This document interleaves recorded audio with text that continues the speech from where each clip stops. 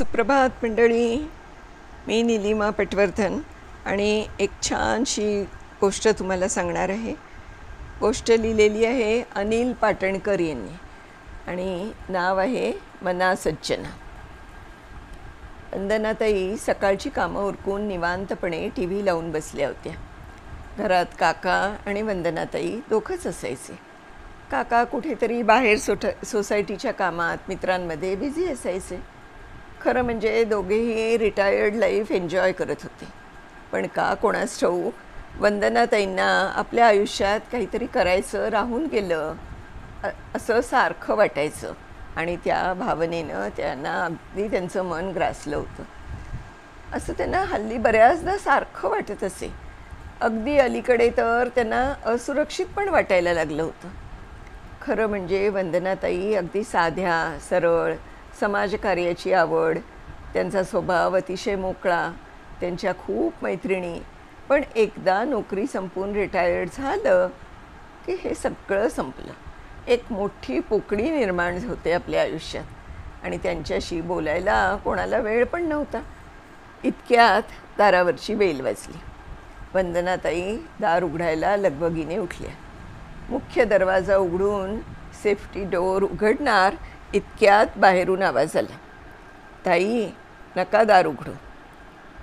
समोर एक काळी सावळी बाई उभी होती. बाई कसली, जेमतेम तिशीतली मुलगीच ती. पिवळसर रंगाची कॉटनची साडी, गळ्यात एक बॅग आणि कपाळाला छोटीशी टिकली. मोहक व्यक्तिमत्व होतं. म्हणाली, मला फक्त तुमची 3 मिनटं हवी आहेत. त्यापेक्षा जास्ती वेळ नाही घेणार मी तुमचा. अपेक्षा एवढीच आहे की फक्त मला 3 मिनटं तुमच्याशी शांतपणे बोलायचं आहे. मी कुठलीही स्कीम घेऊन आले नाही. मी सेल्समन पण नाही. फक्त आमचे विचार तुमच्यापर्यंत पोचवायचेत. मी बोलेन, पण तुमची परवानगी असेल तरच. वंदनाताईंना काय बोलावं सुचेना. त्या 2 क्षण अगदी स्तब्ध झाल्या आणि म्हणाल्या, ठीक आहे, हरकत नाही. मी दार न उघडता ऐकेन तुमचं. हे बघा ताई, मी तुम्हाला बाहेरूनच नमस्कार करते. तुम्ही जर थोड्याशा अस्तिक असाल तरच मी तुमचा वेळ घेईन. वंदनाताईंनी होकारार्थी मान हलवली. आमची एक संस्था आहे भान नावाची. आम्ही लोकांना फक्त एक जाणीव करून देतो आपल्या कर्तव्याची. आमची एक दिनचर्या आहे.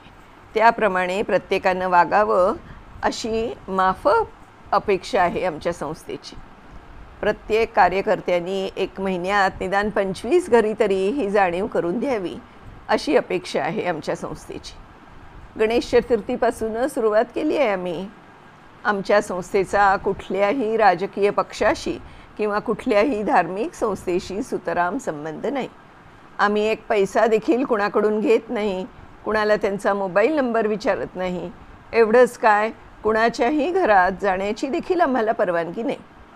वंदनाताईंनी या मुलीला मध्येच थांबून सांगितलं, अहो काही संकोच बाळगू नका. 3 मिनटं काय, 30 मिनटंसुद्धा मी ऐकायला तयार आहे.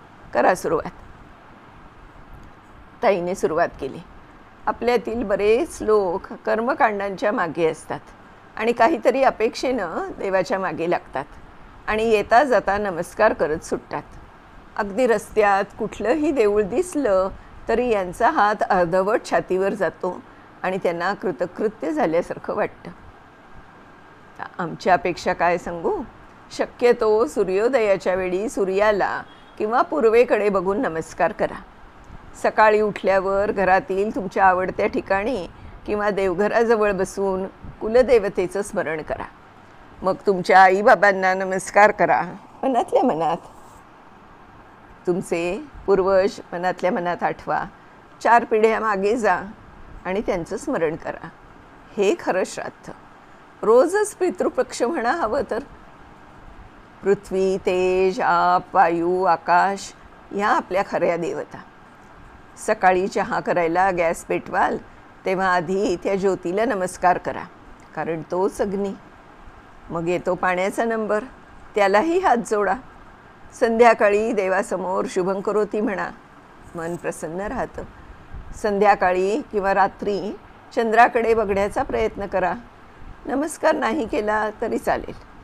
संध्याकाळी शक्यतो भीमसेनी कापुराची आरती घरात फिरवा. महिन्यातील प्रत्येक संकष्टी चतुर्थीला बरोबर चंद्रोदयाच्या वेळी शक्य झालं तर घरातील सगळ्यांनी चंद्राचं दर्शन घ्या. आणि सगळ्यात महत्त्वाचं, आपल्या घरात कुणी लहान मुलं असतील तर त्यांना देखील या सवयी लावण्याचा प्रयत्न करा. ते अतिशय महत्त्वाचं आहे. आठवड्यातील एका ठराविक वारी नित्यनेमानं तुमच्या आवडत्या आणि स्वच्छ अशा देवळात जा. देवळात जर घंटा असेल तर शक्यतो हळू आवाजात घंटा वाजवून घंटेच्या खाली शांतपणे उभे राहा. आणि हो, एक सांगायचं राहिलंच की देवळात जाताना किंवा येताना जर भिकारी दिसले तर त्यांना शक्यतो भिक्षा देऊ नका. भीक मागणं हा त्यांचा व्यवसाय आहे, ते गरजू नाहीत. होता होई तोपर्यंत सायंकाळच्या टेलिव्हिजनवरच्या मालिका अजिबात पाहू नका. होई तोपर्यंत बातम्यांचे सगळे चॅनल्स पाहणे थांबवा. आणि सगळ्यात शेवटचं, तुमची आवडती आरती, स्तोत्र, तेही नाही जमलं तर अगदी एखादं क्लासिकल भारतीय गाणं म्हणा. तेही घरातील सर्व मंडळींनी सामुदायिकपणे आणि रोज. या सगळ्यात महत्त्वाचं आहे ते सातत्य आणि ठराविक वेळ. बस, धन्यवाद काकू. माझी 3 मिनटं संपली. आमची संस्था तुम्ही मानत असलेले देव, स्वामी, तुमचे गुरु, तुमची श्रद्धास्थानं ह्या ढवळाढवळ करणार नाही. तो तुमचा वैयक्तिक प्रश्न आहे. बस, येते मी. माझं नाव तन्वी. मी येताना तुमच्या वॉचमॅनच्या पुस्तकात एंट्री केली आहे. त्यात नंबर आहे माझा. आणि हो, येण्यापूर्वी तुमच्या सोसायटीच्या सेक्रेटरीची देखील मी परवानगी घेतली आहे. तेव्हा काळजी करू नका. योग आला तर परत भेटूच. पुन्हा एकदा मनःपूर्वक धन्यवाद. वंदनाताई कितीतरी वेळ सेफ्टी डोअरपाशी उभ्या होत्या, त्या पाठमोऱ्या आकृतीकडे बघत. खरंच किती छान कल्पना आहे नाही की रोज, म्हणजे आठवड्यातनं किंवा 15 दिवसातनं, महिन्यातनं एक 25-30 घरी असं जायचं आणि या गोष्टी सांगायच्या. प्रत्येकाची श्रद्धास्थानं वेगळी असतात, त्यांचे देव वेगळे असतात, किंवा कोणी कुठच्या स्वामींचे, गुरूंची जास्ती म्हणजे भक्तिभावानी सेवा करतात. हा ज्याचा त्याचा वैयक्तिक प्रश्न असतो.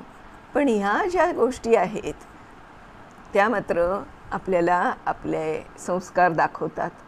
तसं करायला पाहिजे आपण. हे सनातन धर्म आपल्याला शिकवतो, नाही का?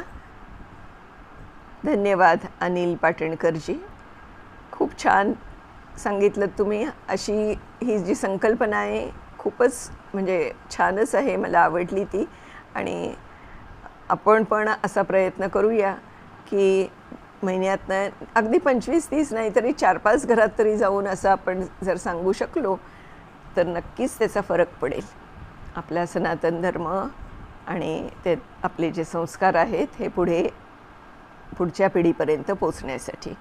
तर उद्या पुढच्या अशाच एखाद्या छानशा गोष्टीसह पुन्हा भेटूया. तोपर्यंत नमस्कार.